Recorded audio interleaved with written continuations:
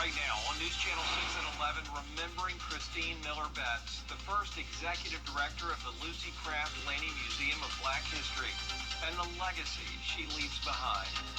And Augusta City leaders still debating what to call the new Augusta Arena. We'll cover the commission meeting and let you know what happens from here as your news at 11 starts now. Live from Television Park, this is WJBF News Channel 6 at 11. Good evening, everybody. I'm Brad Means. We do thank you for joining us as coverage you can count on begins with the Augusta community remembering the life of Christine Miller Betts. Betts served on the historic Augusta board for more than 20 years, promoting African-American neighborhoods and historical markers in the Garden City. But we all know she was best known for serving as the first executive director of the Lucy Craft Laney Museum of Black History. She was at the helm there for 26 years. Friends remember her for shaping it into one of the best Black history museums in the Southeast. 90. So there was like decades of information that needed to be, gathered and curated, based on the keystone foundation of telling the story of Miss Lucy Craft Laney. And so she took on this singular role, sometimes, working very, very long hours by herself, but at the same time doing her very best to engage the totality of the community to support the museum. She retired from the museum in 2021, and Betts was selected to receive the Augusta Arts Lifetime Achievement Award on June 20th next week. Her daughter Carol will accept it. Miller Betts died Thursday. She was 88. A sanitation worker who lost his legs in an accident in Aiken County 2 years ago, now facing more challenges after a fire destroyed his home. Last Friday, firefighters got the call to a car fire at Matthew Lex's house in the Trolley Run neighborhood.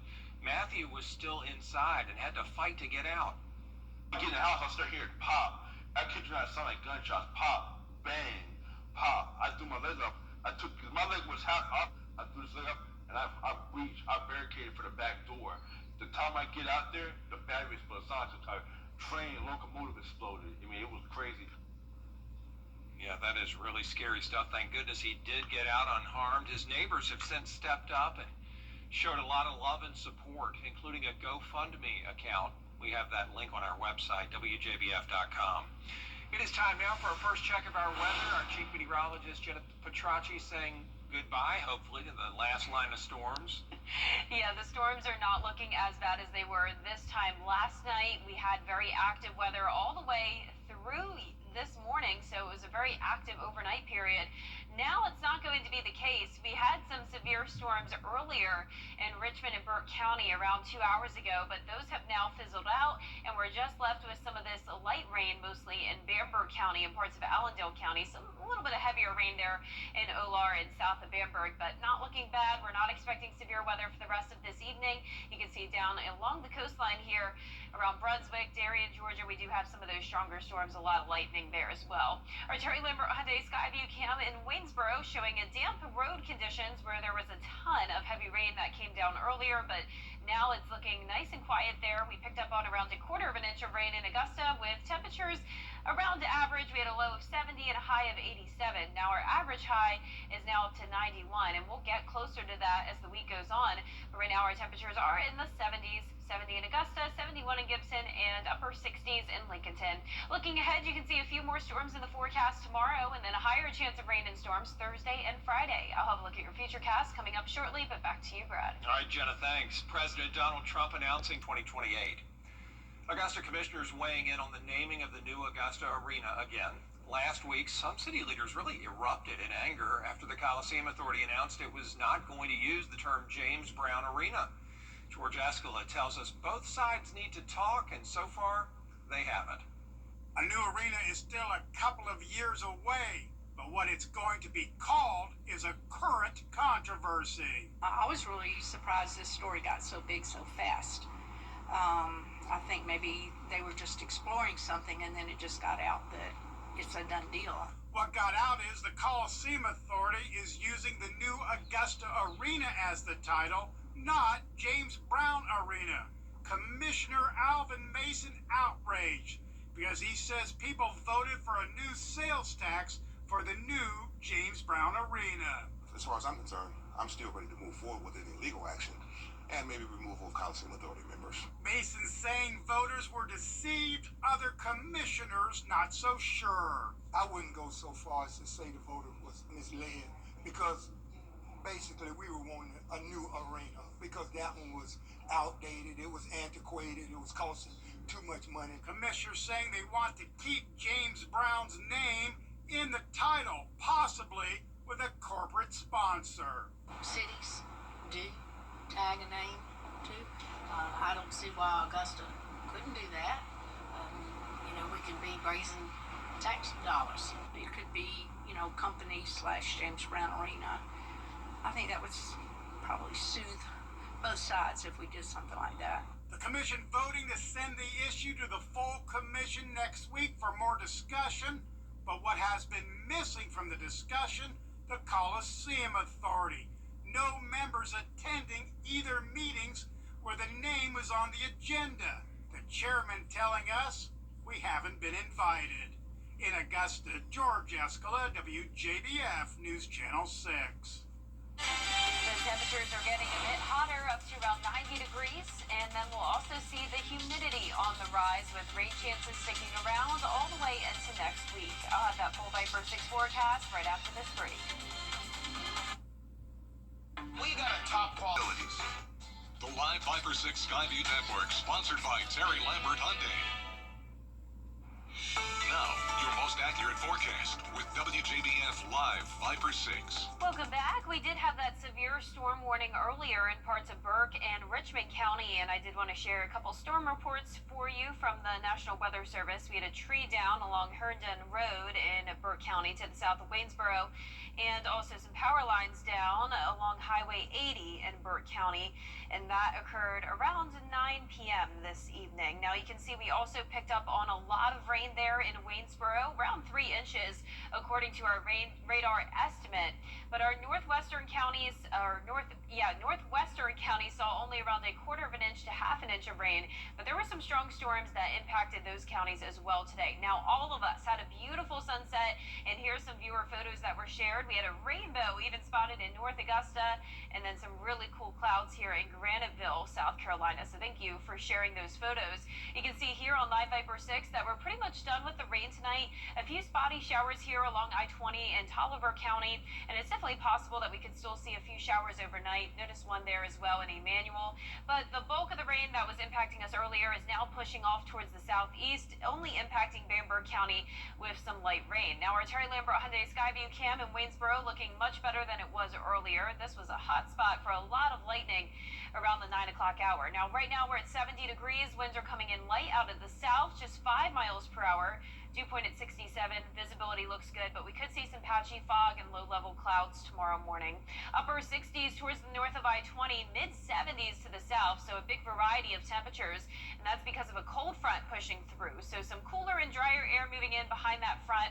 High pressure will try to take back over, but we'll still have this south wind coming in as that front stalls out, and that'll keep the chance of showers and storms around tomorrow afternoon as well. But a dry start to your day in the upper 60s, then upper 80s in the afternoon. You can see on our futurecast, there's the cold front, and other than a few showers overnight, we're not going to be under that threat of severe weather anymore.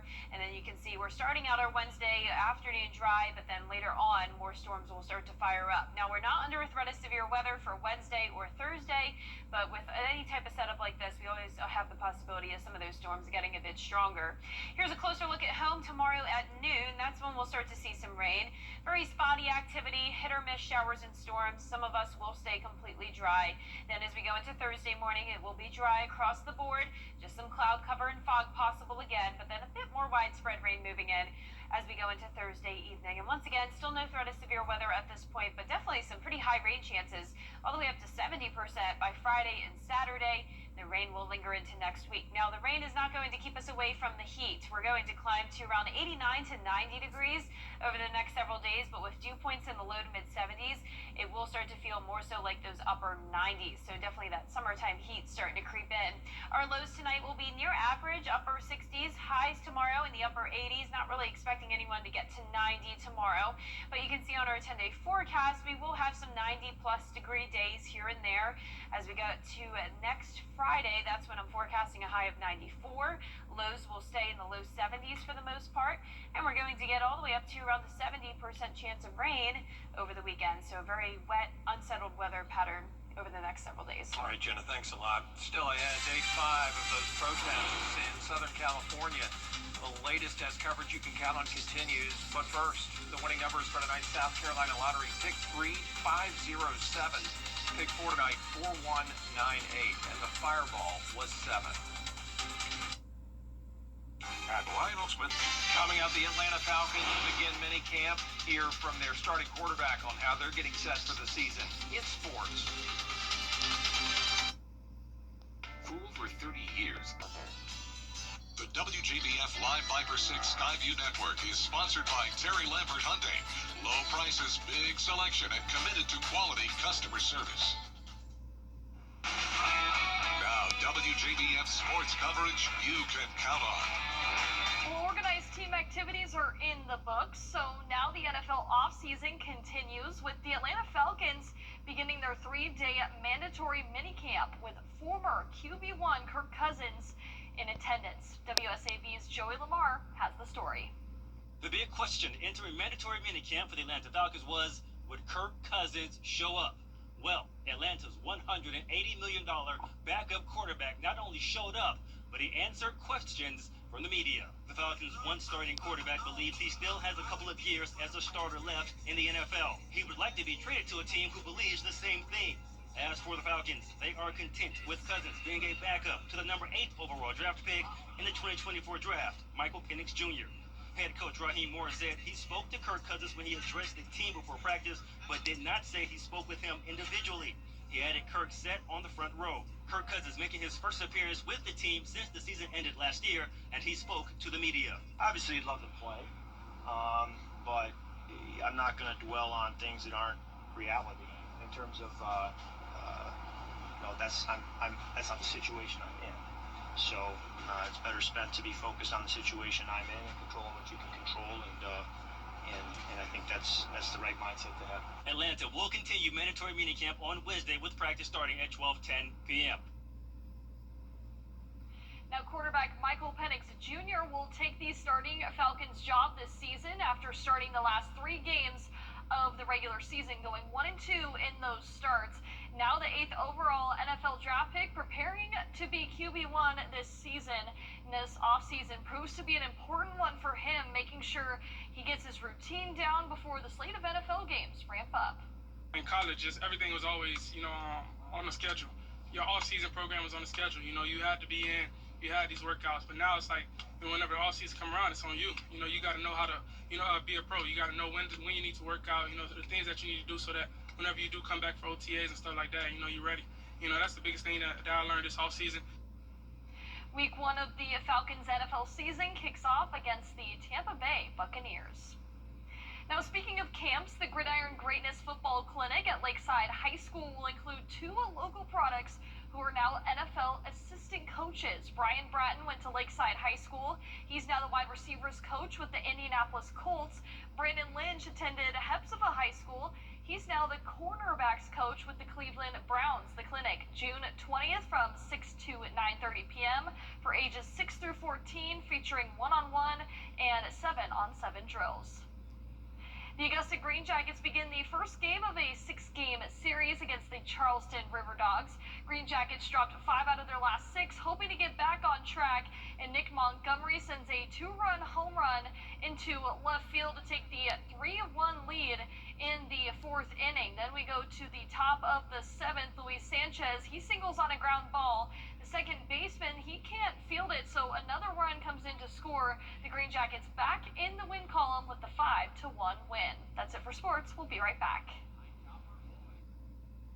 The most significant loss of Join News Channel 6 as we honor the CSRA's best in local high school sports, including this year's Athlete of the Year, the All CSRA Awards, Tuesday, July 1st at 7 on News Channel 6. Our 10-day forecast has chances of rain every single day, some storms as well, but we're no longer expecting severe weather, at least over the next couple of days. Temperatures will be near 90 degrees in the afternoon, lows near 70, and next week will warm up just a tad. Do you ever have things that just get under your skin? Well, Talker Research asked 2,000 people about their everyday pet peeves. 46% said they get annoyed when they see somebody they don't want to talk to. 44% don't like a knock on the front door when they're not prepared for guests. Other annoyances, somebody chewing loudly, an alarm going off, unexpected phone calls, people talking when all you want is silence, when Wi-Fi lags or gets cut off, text message alerts, phone notifications going off during a meeting and someone near you breathing heavily. All very valid. All very valid and very annoying. Have a great night, everybody.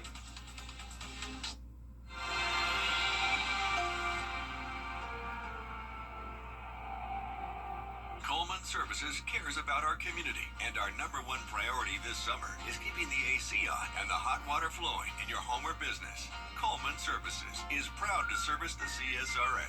Whether you're in Thompson, Harlem, Evans, Augusta, North Augusta, or beyond, call us anytime, day or night, 24/7, 365. At Coleman Services, you are our #1 customer. Coleman Services, your plumbing, heating, and AC pros. Okay, kids, thanks again for letting Bathfitter be a part of your career day. Okay, class, question. How long does it take to remodel a bathroom? 1 day! Nice! Now, how is Bathfitter different? The one-piece wall? Correct. NetCube said leak-free and easy to clean. And a lifetime warranty. Well, looks like our work is done here. Join the Bathfitter family today with no payments and no interest for 12 months. If you've been arrested for a DUI in Georgia, you may only have 30 days to protect your license or your privilege to drive here. Hi, I'm Tiffany Duncan of DUI Duncan, the DUI firm here in Augusta. Visit our website at DUIDuncan.com to see what we've done to help so many drivers. If you've been arrested for a DUI in Georgia, call me now for a free consultation. While the firm, of course, cannot guarantee results, we do guarantee hard work and fast action. Remember the name, DUI Duncan. Do you suffer from SEL?